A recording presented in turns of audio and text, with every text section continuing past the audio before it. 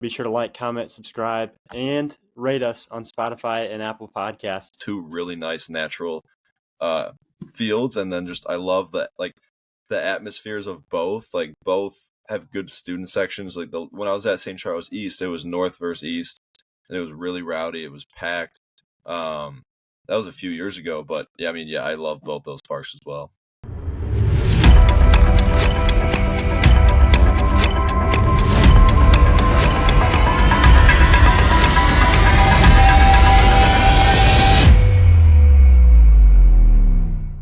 All right, welcome back to episode 52 here of the Bullpen, ringing in the new year with our first episode. Hope you guys all had a good holiday, good new year, things like that. But how are you boys doing? I feel like we haven't talked in a while. Really, probably since before the holidays, we haven't talked much. So I hope you guys are doing well. But what's up?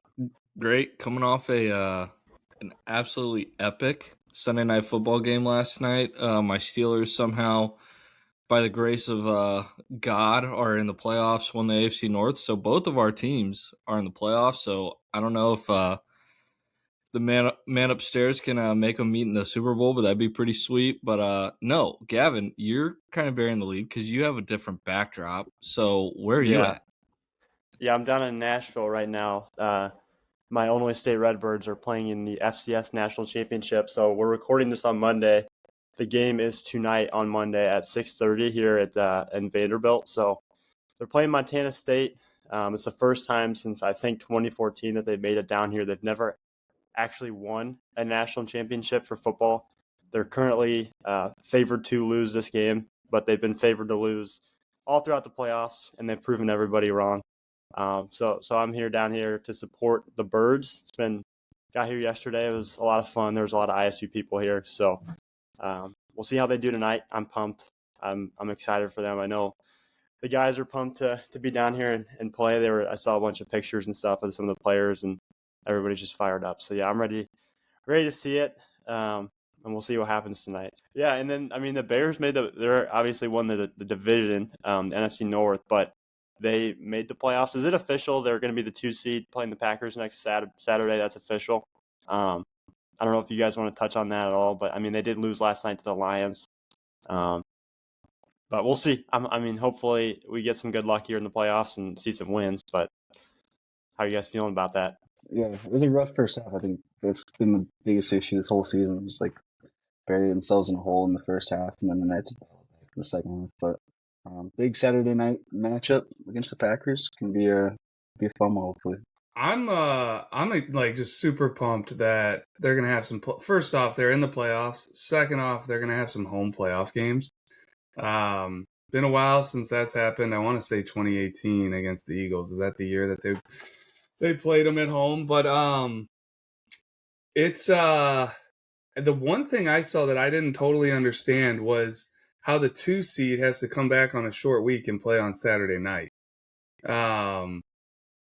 And not like a Sunday game. So I don't know if there's anything to that, if that's like something that's been done in the past, or they're just trying to fill these matchups for prime time. But I would think the 2 seed coming off a loss like that, you'd give them a full week prep before the Packers. Not that the Bears know who the Packers are. They've played them twice now in the past 3-4 weeks. But yeah, we need to get healthy. We need to get the Bears need to get Rome Odunze back. I think that'll be a huge lift for the offense. I think, Dane, you were talking about Ozzie Trapillo as well. Could potentially come back. But yeah, playoff football. So new season begins, and it's exciting to be a Bears fan right now. Yeah, absolutely. Dane, what do we got for some of these state games commitments? I know, it's been a couple weeks since we've talked through that. So what do we got? How's that coming along? Yeah, we're up to 170. More and more players are coming off the board. It kind of slowed down because of holidays the past couple weeks, but the numbers are still continuing to go up. A couple of new commitments over the past couple of weeks. Lucas Stojakovic from Maine South going to Creighton, and then Jeremy Thompson from Robyville going to Quincy, along with some others. And then Tyler, was there much going on through the MLB pipeline here the past couple of weeks? I know we haven't talked on it for a while, but any big signings or anything? There's been a lot of smaller stuff. There's still some big free agents still hanging out there, like a Cody Bellinger still out there. I know that's an ex Cubby for you guys, but the White Sox actually signed Moritaka Murakami out of Japan. He was like one of the best international free agents out there. He's a big time power bat. They signed him to like a smaller deal, so good for the White Sox because there was like talk he was going to get like, I want to say like north of 150 million at first, and the White Sox got him for a lot smaller than that, or a lot cheaper than that, I should say. But the biggest bugaboo with him coming over is like supposedly like on fastballs above 95 miles an hour, he like kind of struggles. So we'll see. Obviously in Major League Baseball today, 95 is like the new 90. That's just kind of like what average fastball is. So we'll see. It's like one of those boomer bust moves for the White Sox, but anxious to see how it works out. I feel like it's always interesting when the international hitters come over to the to America and play in Major League Baseball, whereas I think the pitchers that come over obviously recently have had a lot more success. So it'll be interesting to see if it works out for the White Sox. Obviously, us living around here, it'd be nice to see the White Sox. Well, maybe. I don't know if you guys want the White Sox to be good, but I know Drew isn't as I like it. hardcore against the White Sox. Yeah, so we'll see. It'd be nice to see the White Sox get competitive again. So we'll see if the Moritaka Murakami signing helps. Yeah, I'm definitely not a White Sox hater like some Cub fans. I want Chicago baseball to be good. And for a while there, like they were the only games I was getting on TV because I wasn't doing the whole marquee thing. But Tyler, I'm going to go a little off the cuff on you here because you mentioned a Japanese star coming over or whatever it may be. But like I saw Penn State gotta commit. Did you see this? Did you happen to see this? For football? No, for baseball. Oh, yes. Okay. I know what you're talking about. I don't know his name off the top of my head, but it's like a big deal, I guess. Yes. He's like the best like high school guy that can like come over or something, but he doesn't join the team until 2027. So like he's still going to be in high school this next spring. That I did not know.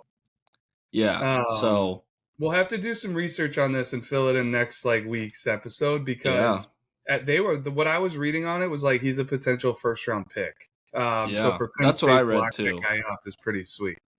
I know, and it's just kind of weird that like I don't know, like choosing to go to a Big Ten school, especially like in the Midwest, right? Like he's probably so highly sought after. Like, hey, if it was money, like shout out to Penn State, man. Love that we're spending money in all of our athletics. That's what you got to be doing nowadays. So we'll see, but yeah, I did see that. I didn't know if that was where you were going because football's been getting commits left and right now. But sorry, it's pretty awesome.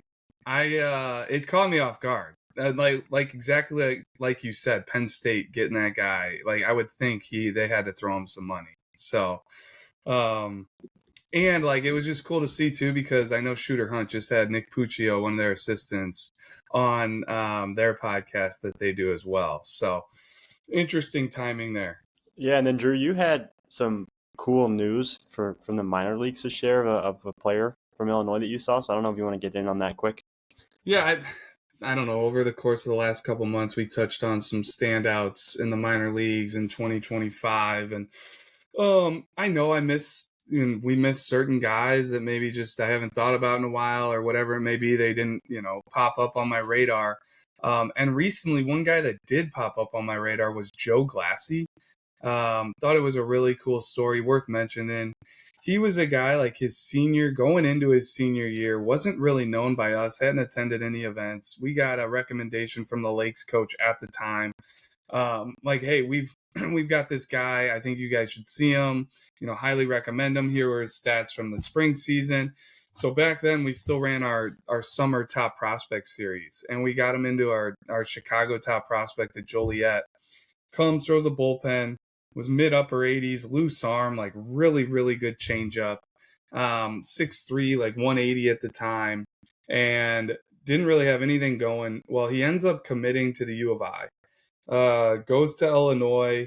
I think really battles, his first couple of years to get on the field. By the time he's a junior, senior, carves out a role. He might have even been a fifth-year senior. ends up finishing a strong college career at the U of I. Now he's with the Baltimore Orioles. And I looked at his numbers and they just blew me away.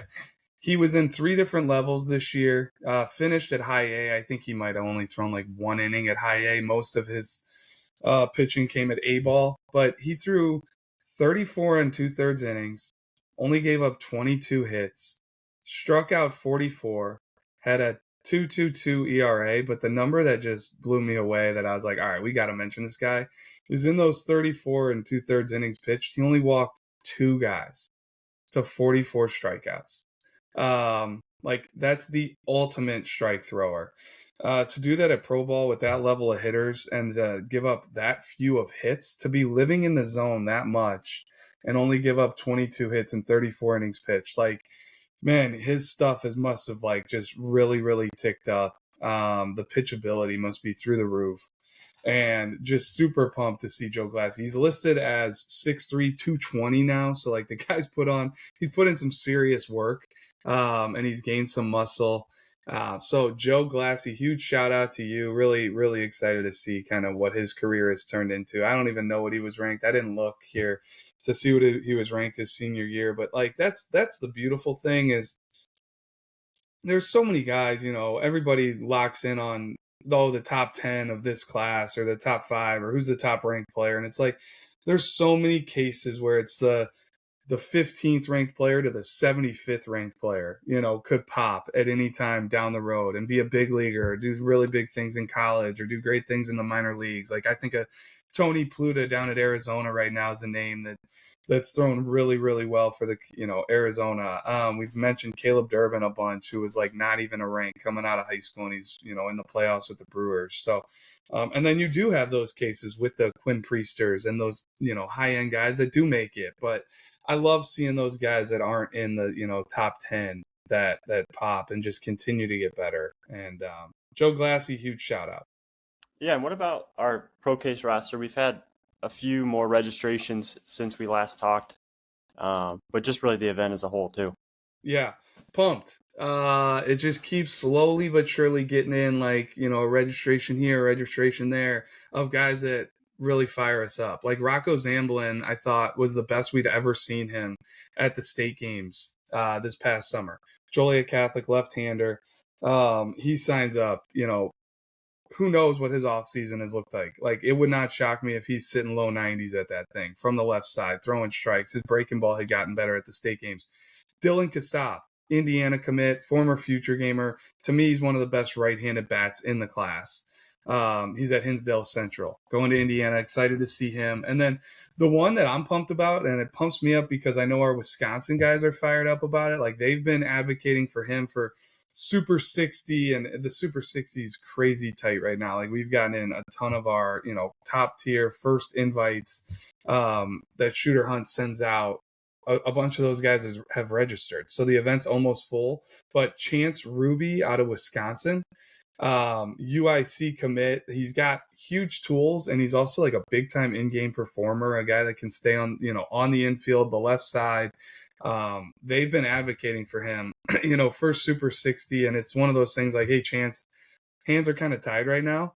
Like, get into the ProCase. There's going to hopefully be a ton of pro scouts there. It's a couple days before the Super 60. You never know what can happen. You go there, you run a 6.4, you put on a show in BP, show some big time infield actions. Like, we always try to keep 1 or 2 spots for that Super 60 open. So who's that guy? Like, something to look out for in 2026. Like, who's that guy from the ProCase this year that's going to earn their invite to the Super 60? I'm really excited to see, who kind of just comes and performs in that environment. Hey, one thing I wanted to touch on that we talked about last week on our meeting, but we didn't record last week, so we didn't touch on it.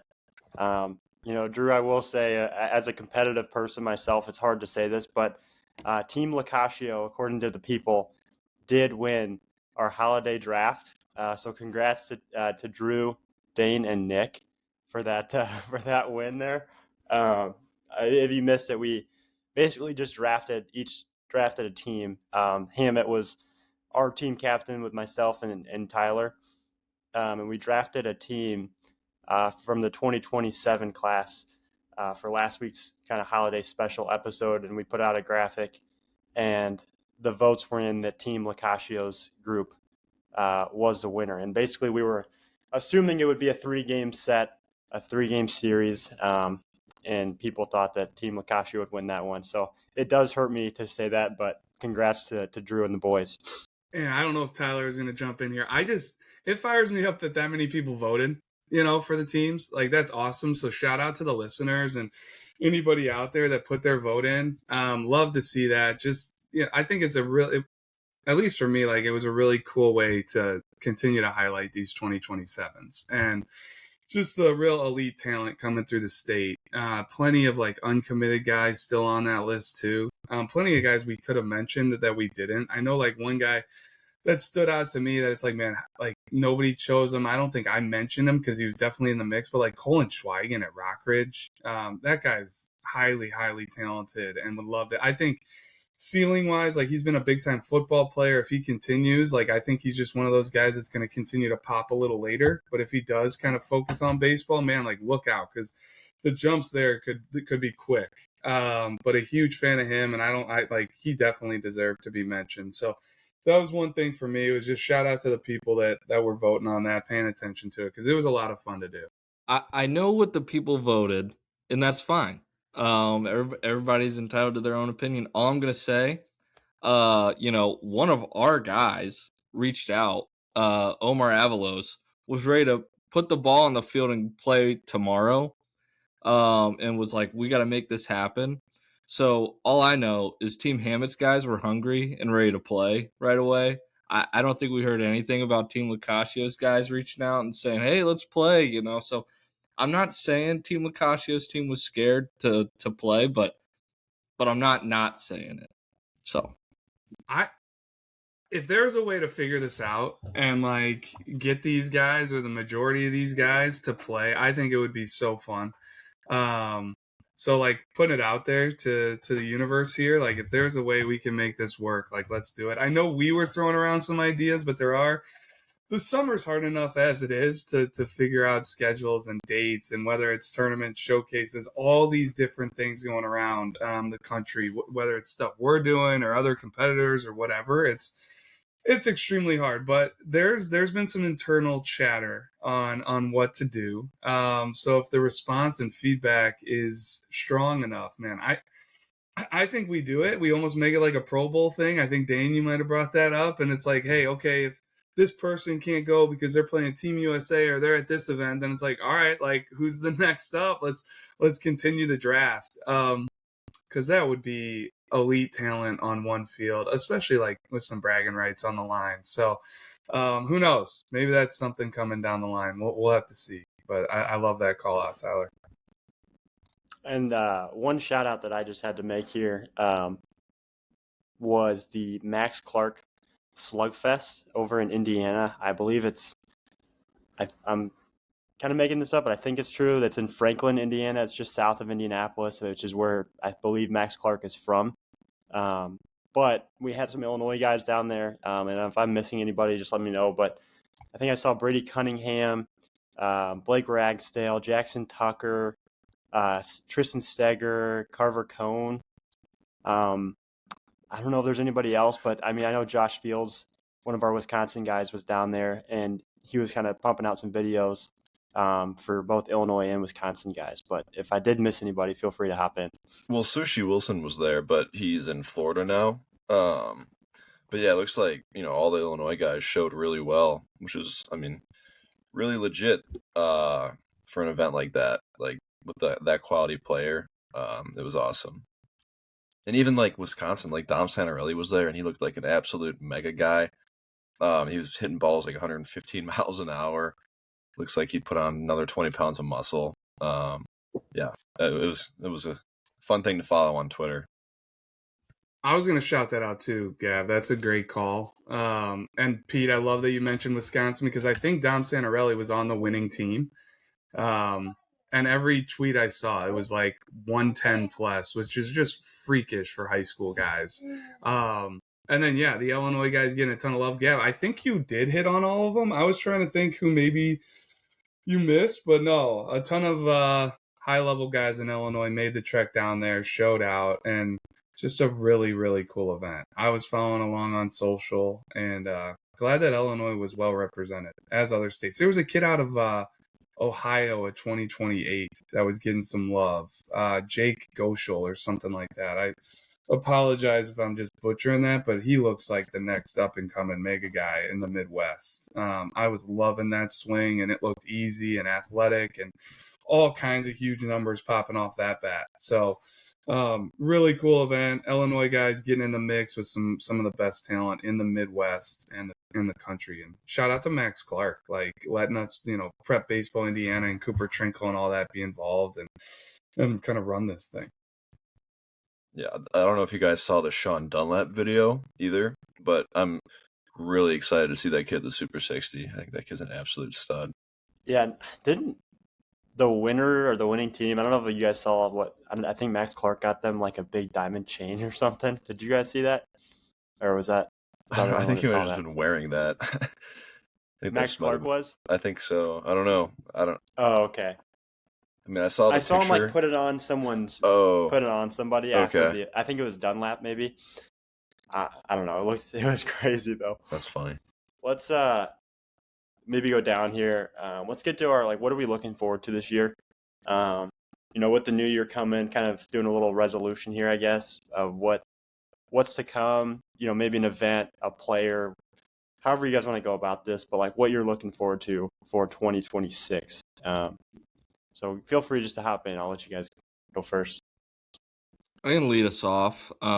With it now being 2026, pretty crazy, but I think I have to lead off with the fact that I get married this year, which is starting to really set in in my head. It's crazy that I do get married this year. So I'm going to start out with that. I'm definitely looking forward to it. But with work and for what we do, I always look forward to the spring season. I think it's probably my favorite part of my job is getting to go out to these high school games, watch these guys. We get to see them in the winter.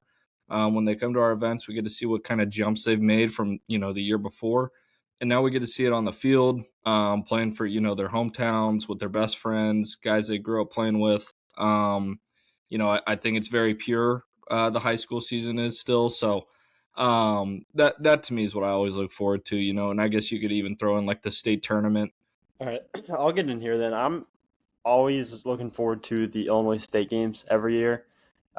Before we started recording this, we were just talking and I was trying to figure out how many years we've done this now. And it's crazy. We're coming up on year 5 of it. And I think, Tyler, you reminded me that our intern year was technically our first Illinois State Games event. And now coming into year 5 is crazy. I mean, just seeing what everyone collectively has done to help grow the event from a talent standpoint, but then also just seeing year in and year out how many more coaches come each year, whether it's JUCO or Division II, Division III, Division I.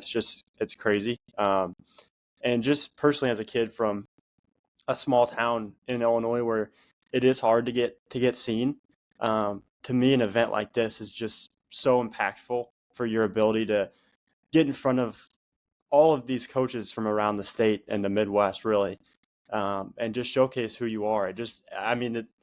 It's unreal the opportunity that the event can give you if you go out and perform and do things the right way. So I always look forward to this event, really just because I know what it can do for some of these guys that maybe don't get the exposure, throughout the year. Gavin, to your point too, I think Dane hit on it at the beginning of the show here is 170 commits already from this year's state games. And that's only the guys that are recruitable right now and can commit. 2026s, 2027s. We had a bunch of 28s at the event that were high level, high caliber guys that can't even talk to schools right now. So that number from this past summer is going to continue to grow with really, really high level commits coming down the road. That is wild that it's 5 years, because I'll never forget talking to that first group of players, letting them know hey, you guys are the start of this thing, kind of envisioning the years, forward or years to come.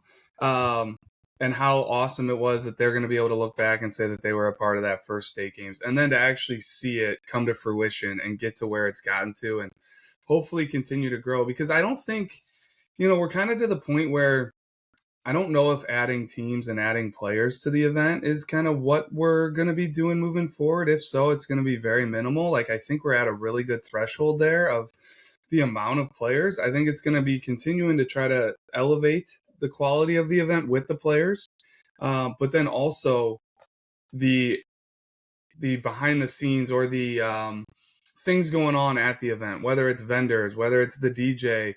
But to me, it's all about the college coaches, and seeing that number of college coaches that attend that event continue to grow. And that's what it's done the past couple of years. So 2026, like, what will this year, be down there in Rantoul for the Illinois State games? Can't wait to see. And I guess, if I just have the floor right now, I'll go ahead with mine. Like, some things I'm looking forward to here in the near future in 2026, or just some of these new events that we have on the board. Taking a chance on some new venues, some new spots, some different kind of ideas. But just trying to spread the love around the state, around the Chicagoland area, really, because the indoor venues give us the opportunity to, around Illinois, around Chicago, more so than downstate and other areas of the state.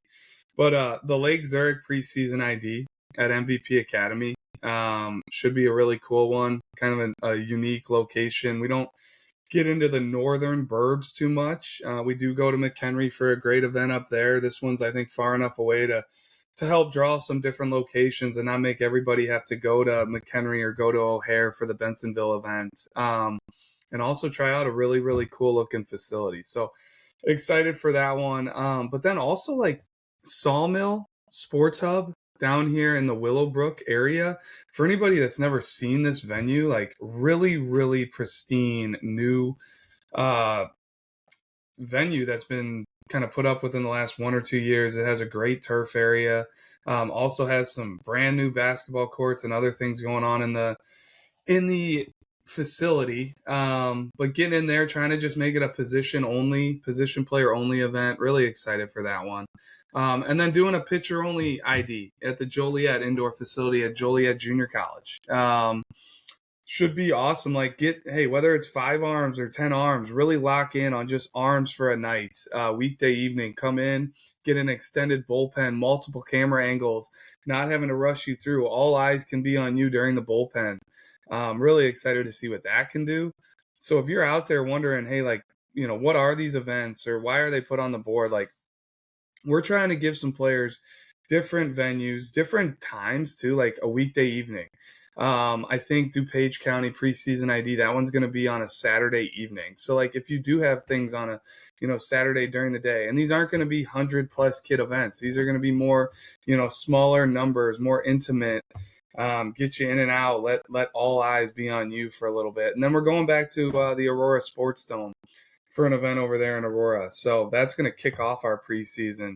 And just excited for the preseason and the winter events in general. So sorry for the long-winded spiel there, but really excited for those preseason events, those new ones, see some new areas, new venues, new players, and kick off the 2026 season. Yeah, I'm excited for our ecosystem just as a whole. Like, Illinois, Wisconsin, like you said, we're adding new events that I think will be really awesome.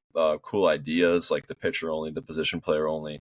But I'm excited just to see, like, our staff continue to grow, like, as scouts, as workers, like, the bullpen continue to grow. Like, what Gavin's done growing this over the past year has been really impressive. And I think it's going to take another huge jump this year, especially with a spring season coming up. Like, I think it's going to make a big jump there. But, just continuing to, grow our footprint in Illinois. We have more staff than ever, like, with even Nick DiBenedetto as well. Like, he'll be kind of up in that Fox Valley area, covering stuff for us up there in the spring.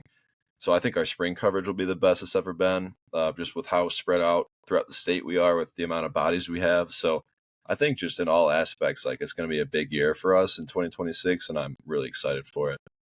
I'll just say I'm excited to see the jumps, who attack the offseason the best. I don't know. not even just the spring to fall, who continues to progress, right? It's all about that. You look at your ranking, you might not be ranked, all that stuff. How do you attack that? How do you're not getting talked to enough by certain schools? How do you attack that is going to be very interesting. I'm excited to see that.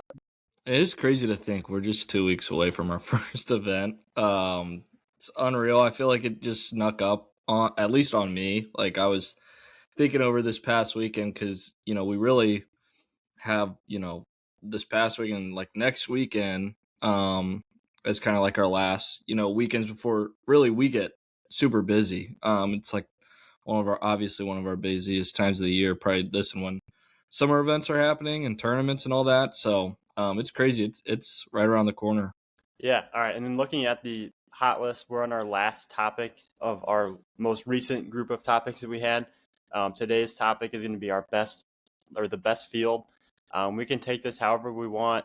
It sounds like some of the guys might be going best field based on scouting coverage. I personally am just going on my favorite field or one of the coolest fields that I've seen. So I'll go with mine right away. It's Geneseo up in that Quad Cities area. They've always, to me, had one of the nicest fields. It's all natural. And whoever is the groundskeeper and takes care of that, the grass is always super nice. The dirt's always looking really good. It's just in a really nice area too in Geneseo. I mean, their stands and things like that are just kind of nice. It just really makes it like the environment outside of the actual field is really cool. But no, Geneseo to me has one of the nicest, just really all natural fields that I've seen in a long time. I'm gonna go with Edwardsville. I think that when you go to a game right before the game, whole team's on deck, just taking care of the field, all natural. Coaches, staff, players, all making it look nice. It's always kept really clean. Stadium as a whole is awesome to be at during when scouting. So I'll throw Edwardsville into that mix as well. I'll hop in. I'm gonna take Lamont actually. They just won. Was it Field of the Year or were they up for Field of the Year like on a national scale? I don't know if they actually won the whole thing. But they were up. I think they might have won it, Hammett. Okay. Because I was kind of perusing their Twitter account a few weeks ago to see if they won, and I want to say they did, but I'll double check for you. Okay. Yeah, I mean, they were up for Field of the Year on a national scale, and I mean, it's a natural surface with dirt and grass, and it's in amazing shape. And for me, it's just like nostalgic going there because I spent a whole summer and a half even playing there for a summer league in college. So I just have a connection with it. Brings back good memories, and I just like the way it's kind of set in like the woods and the cornfield, and it's kind of out in that Lamont area. That's really beautiful. So the whole thing, like especially the nostalgia factor, kind of does it for me. Yeah, Hammett. It was the NHSBCA National Field of the Year, and they did win it. So great shout out there. I'm gonna go with the field I thought, Hammett, you were going to take, because you and me have had many conversations about this place, and it's Revis. Over here in Burbank, like, I went there for the first time. It was like a sectional semifinal. It was a crazy game between Brother Rice and Mount Carmel, and Coach Kyle McKinley over there takes fantastic care of that field. It's a natural surface. You got like the brick backstop. The cool thing that me and Hammond have talked about is how they have the bullpen set up at Revis. They're in the outfield. So just as a pitcher, obviously, and a guy who was a bullpen guy in college, I would have loved to like run out from the outfield to enter a game, kind of like they do in the big league. So very big time setup over there. The dugouts are sweet. They're like kind of in ground, right? So I love that field. Hopefully I can go back there again sometime this year, but far and away, probably the best field I've seen. And the thing, Tyler, that does it for me with them is like the wooden fence in the outfield. That's like what makes the whole thing. But yeah, I love the bullpens are way out there. Like not even like just down the line. They're like in left and right center. Like they're out there, which is kind of a cool aspect. Like I don't think there's any other field that I've seen I don't think that has it like that. So really unique. Yeah, not off the top of my head. So it's like you said, it's definitely unique. There's a bunch that I want to shout out. Hammett, you mentioned Lamont. That's one of my favorite places to go, especially on like a nice day. That place just pops, I feel like. Romeoville High School. Like, shout out to them. They've invested a ton of money in their athletic complex and that baseball field. I saw, I think, a regional game there with the Plainfields playing each other. It might have been, it was definitely, or not Plainfield, it was Downers Grove. I saw Downers Grove North playing there. And what I love about that is they have lights. And it was a really cool setting, just a beautiful park there. It's all turf, brand new. So Romeoville gets a shout out for me. Providence Catholic. I think, from a like vibe standpoint, that's one of my favorite places. Maybe because every time I go to a game there, it's always a big game. Whether it's a playoff game or just a big CCL Blue game. But you've talked about like, hey, these guys taking such good care of, Lamont and Revit. Like, man, they take great care of Providence. That place always looks pristine. Like you go there in March and it looks like it's in mid-season form. And I love it. They'll water the infield dirt. It's a college type facility or field, and they've got the cool like dugout locker room area that goes up top.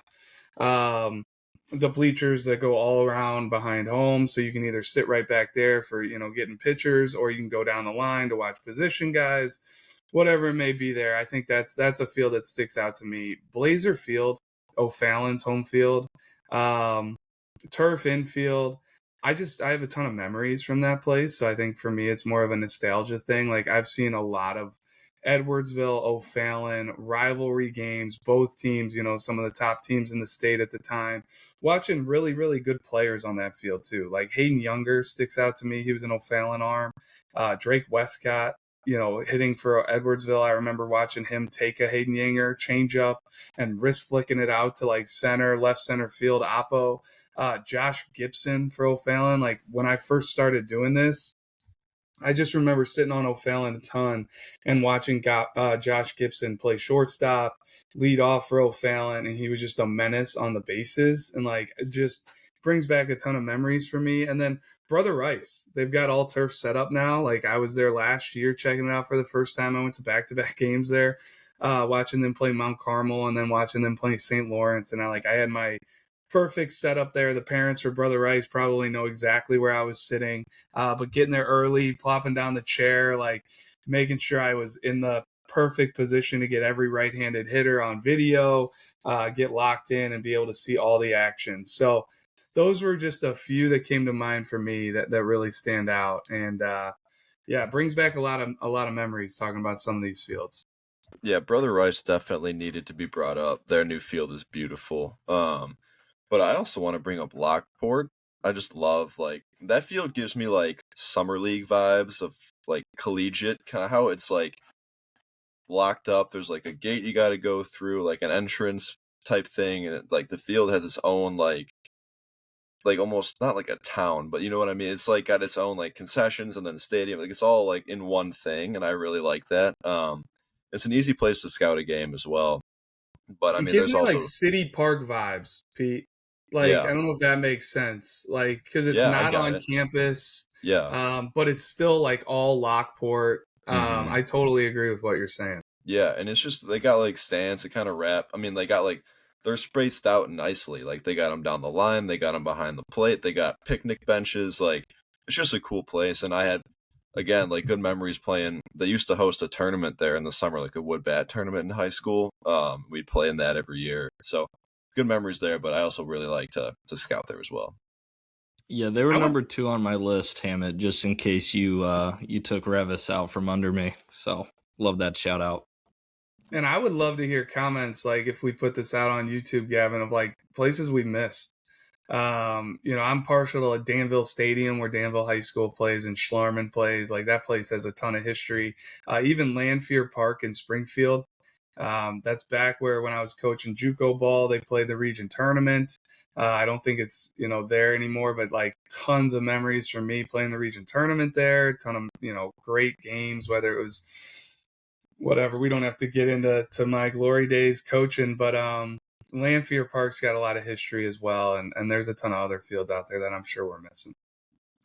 Alton's field looks amazing. I haven't been there, Yes. but it looks amazing. But the St. Charles, like St. Charles North, I love their field, and St. Charles East, I actually really like their field as well. Two really nice natural fields, and then just I love the atmospheres of both. Like both have good student sections. Like when I was at St. Charles East, it was North versus East, and it was really rowdy. It was packed.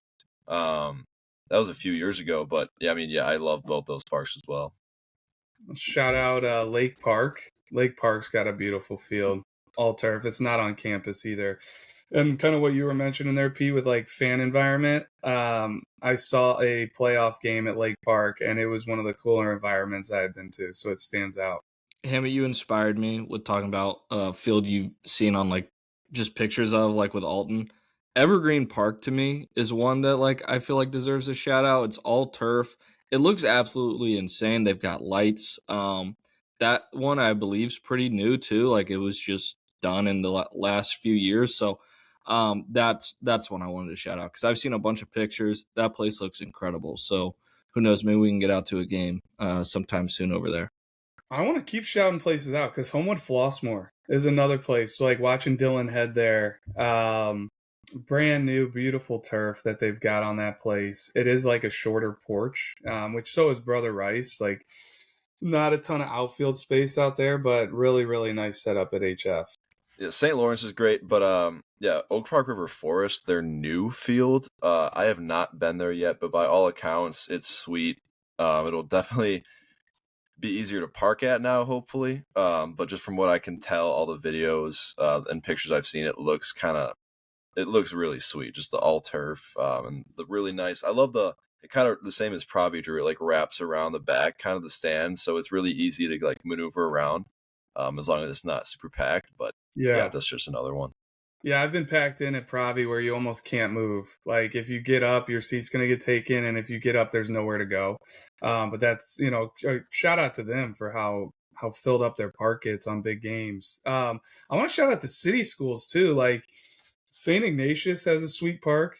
Kerrywood Field, a lot of teams play there. Sweet park, great, backdrop and everything. And then I saw De La Salle play Kenwood at De La Salle, and like just super unique. I wouldn't say it was like my favorite field, but like right field, maybe 260 to hit it out to right with a super high fence. You could hit it off the apartment buildings out there to right. I think I might have seen Savion Flowers leave yard and hit an apartment building out there, but then you go hit it to left and it's like 440 feet. And then you can actually stand down the line and there's no fence that's blocking you. And you're like almost, you feel like you can make a play if a guy hits a double down the left field line or something. So a unique park. And then you're like, right, there's hardly any behind home before you hit the backstop. Like there's hardly any space. So if you go behind home, you're basically playing catcher as well. So that's one that I'd like to shout out. I think Mount Carmel's got a unique set up there too, like kind of the same thing. If you go down both lines, there's no fence that blocks you if you go down far enough, and I think they just have like white lines delineating out of play. But saw a lot of Alec Thomas and Ed Howard play. Shane Curtin, left-handed arm that I'm not sure how many of you guys know, went to Creighton, watched him play there as well. And then St. Rita stands out to me. I don't know how many of you guys have been to St. Rita, but that's another place you can get right behind home plate and get a really, really good look at pitchers there. And one thing that sticks out to me is I saw Alec Thomas rob a home run in center field at St. Rita. So that one always just kind of vividly, like the outfield, I can picture the outfield fence and outfield wall and everything. On the brick? Yeah. Oh, and he made God. it look so easy, Pete. I can't even speak highly enough. It's maybe one of the best high school plays I've ever seen. Because if anybody else did it, like the entire team would be, mobbing him and celebrating out in center field. Alec Thomas just brought this thing back and tossed it in and just ran over to his position. Like he clearly expected to do it. It was no big deal. It's like why he's a Gold Glove Award candidate in the big leagues every single year. That guy could flat defend, and he covered so much ground, and he made it look so easy. All right, so we've got a parent question here. So I will read that. Basically, the parent is asking, under the Diego Pavia rule, it seems as though current high school players today who elect to go to the JUCO route and eventually aspire to play Division I baseball will still lose out or potentially lose out on a year of eligibility if they choose to play in JUCO when transferring to a Division I school. So they're asking, assuming that that is accurate, what are basically the positives of going the JUCO route? And then they're also asking, since there are limited spots at the Division I level, should parents take what they get in the form of Division I offers if they gain interest from Division I schools? So I know that's kind of a multiple questions in one, but do you guys have anything on that question there? The one thing I'd say is like it's all about player development for how I see it. One of the best things I heard from some of the coaches at the Division I level is, do you want to play D1 baseball or do you want to make an impact at D1 on a D1 baseball roster, right? So as a freshman, you're going to come in on a D1 roster, you're going to ride the pine, and then there's a chance that you are let go after that season and then you don't see any more D1 baseball. Whereas if you go the JUCO route, you get 2 years of development and then you can go to a D1 and make an impact on that roster and actually play. So that's how, I guess, some way to answer that question. That's how I saw it personally. Yeah, there's multiple layers to this question. Go ahead, Tyler. Yeah, just before you hop in here, Drew, because I think you have way more knowledge on this situation. But like the other thing I'd say, and like it doesn't even have to just be JUCO, with how the transfer portal is anymore. Go D3, go D2, go where you're gonna play right away.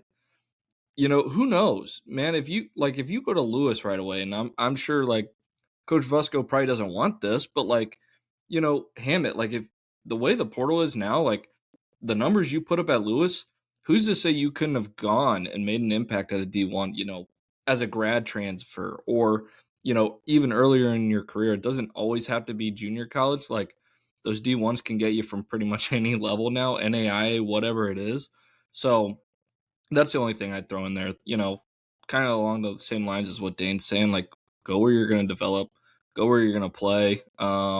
You need those reps. Like it's really hard to get better on the bench. So that's all I'll say.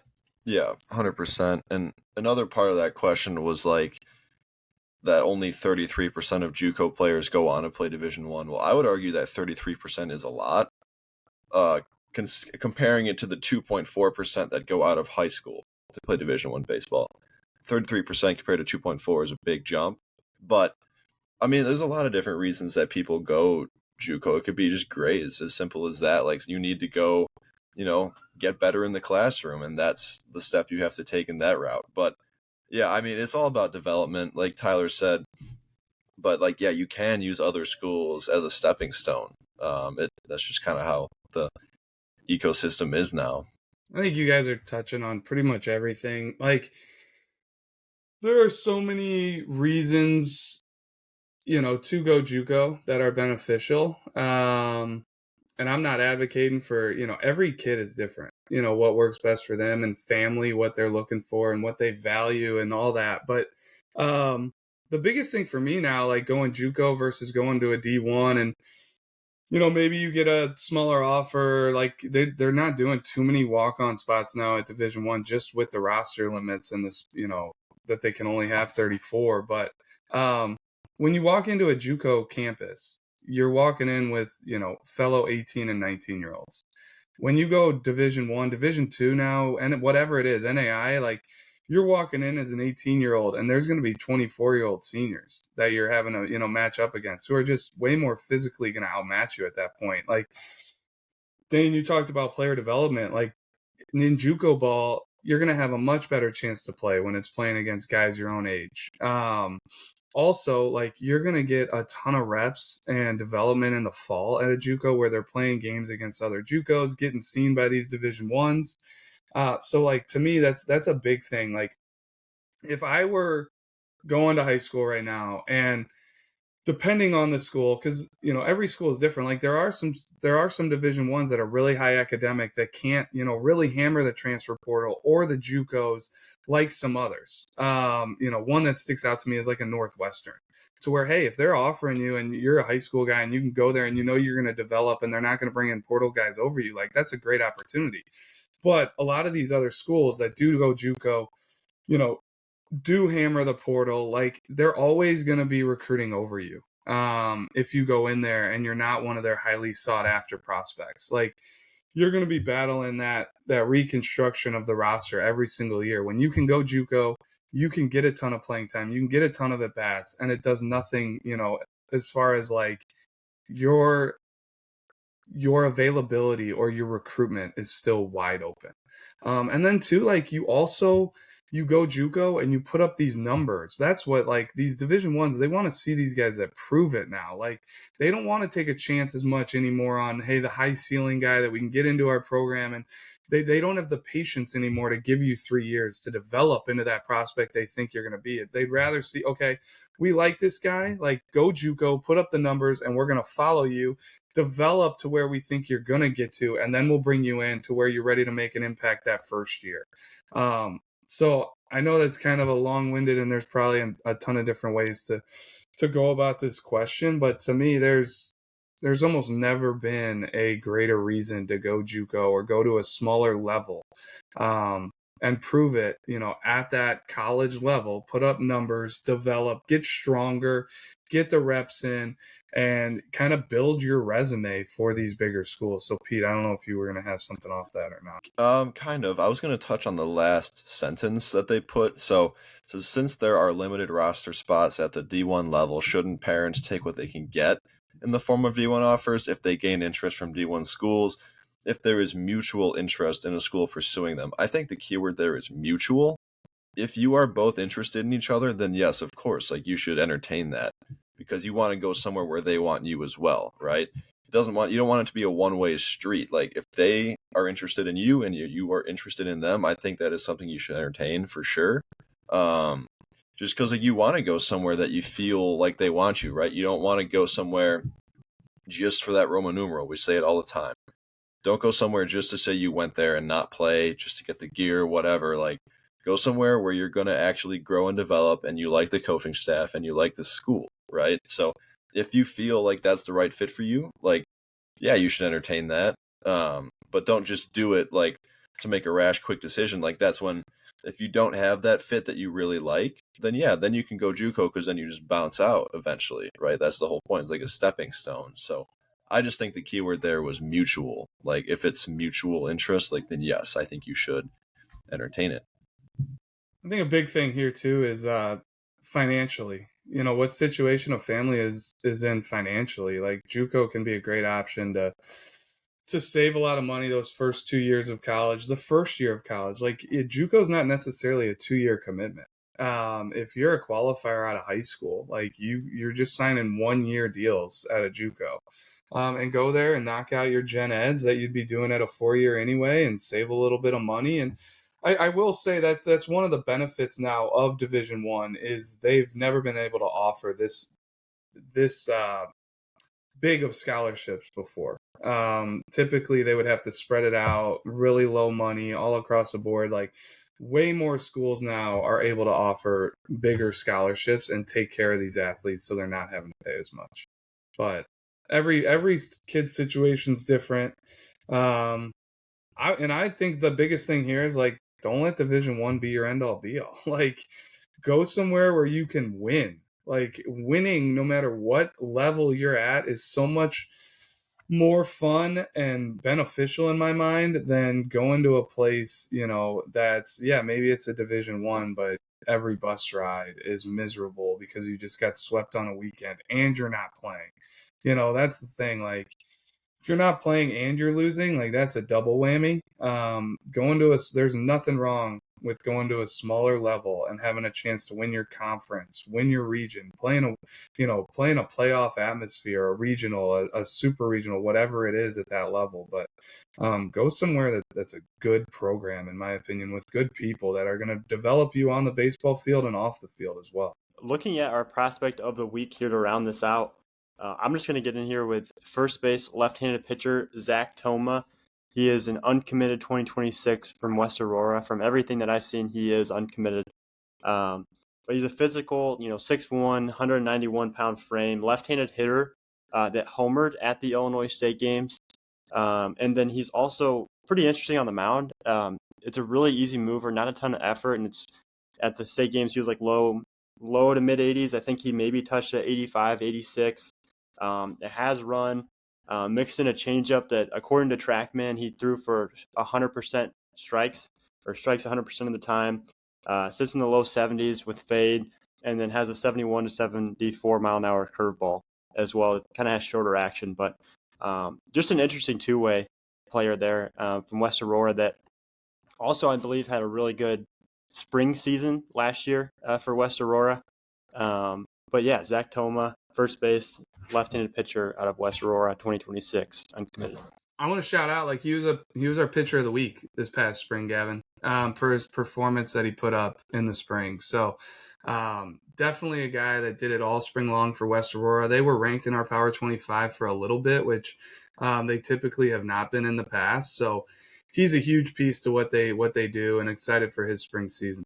I'll jump in. I'm going to go with Johnny Louise from Montini, corner infielder. I just really love the bat, like really physical. He can really hit. Every time I see him, he's hitting. There's big bat speed, big hand speed, and he's actually a quality defender on the infield. Like, he can hold his own at third base, and I'm sure he could easily move to first base if needed. But two-sport guy, fresh off a state title for football with Montini. But yeah, I think the bat is like the carrying tool for me. He can just really, really hit, and I expect nothing different moving forward. I think he's going to be a big piece in that lineup for Montini, and I think they'll have a chance to be really good this year, especially with him in the middle of that lineup. I'm going to go Jaden Hilliard. He's a 2027 left-handed hitting outfielder. He's currently at De La Salle High School. He's one, like, when I talk about, hey, 2026, things looking forward to. Like, I'm really excited to see what he looks like coming to preseason All-State, hopefully. But 6'1", 175 pounds, and it's like a loose athletic swing and mover just in general. And I think there's a ton of upside in Jaden, so I'm excited to see him. That's going to be my prospect of the week. Drew kind of touched on him earlier, but Colin Schweigen was mine. Luckily, Drew didn't fully steal my thunder earlier, but wanted to give him some more love. Like, had him at the future games, had him at the state games, but again, I think Drew kind of touched on it. Like, this is a guy, just we're kind of waiting to see, like, hey, he might pop later because he is, a big-time football player for Rockridge. He's their quarterback. So typically those two-sport guys or multi-sport guys, like, tend to pop later because, like, he's not training for baseball year-round like a lot of other guys might be. So, but with Colin, like, he's 6'2", 195. There's a lot to dream on with the body. He's an athletic kid. Like, we had him at the future games as a two-way. Like, he can play the outfield. He's a physical right-handed bat. But on the mound, 86 to 88. He's touched 89 for us. He's flashed some spin on the breaking ball as well. Like, we've had him up over 2,300 RPMs on the breaking ball. So I think, if he can firm that up, like, he's really going to take off. So, but he's a competitor as well. Like, the thing I like about Colin is, like, he could maybe not be performing as well as he wants to, but, like, you can't really tell. He doesn't really show it on the field, which I always love because it's really hard to be that mature at that age on the field when you're not performing, maybe to your expectations. So, great kid. I know we're all huge fans of Colin, but wanted to give him some more love. He's still uncommitted out there. So, coaches, take a look. Yeah, I'm going to go with Asher Cantu, catcher out of O'Fallon, 2026, still uncommitted. This is a guy that continues to hit every time I see him. He hit all spring, and then he hit in front of me at the state games. He's 6'4", 220. Had a 102 exit velo at the state games, 203 pop time. Also, had 87 mile per hour arm from the outfield. Gap approach. Just a gamer. End of the day, just a gamer. Guy that continue to impress every time. We gotta look at him. All right, and then that will wrap up episode 52 here of the Bullpen. Happy New Year to all you guys. Hope you start off 2026 on a good foot. But that'll wrap up episode 52 here. Appreciate you listening. Be sure to like, comment, subscribe, and rate us on Spotify and Apple Podcasts. And then follow us on Spotify and Apple Podcasts as well. So appreciate you listening, and we'll see you next time. Make sure to hit that subscribe. Appreciate everybody out there. Rate us, comment, best field, whatever. Appreciate all the support. Thanks for voting on our Locascio team that took home the victory. Thanks to everybody out there. Have a great 2026.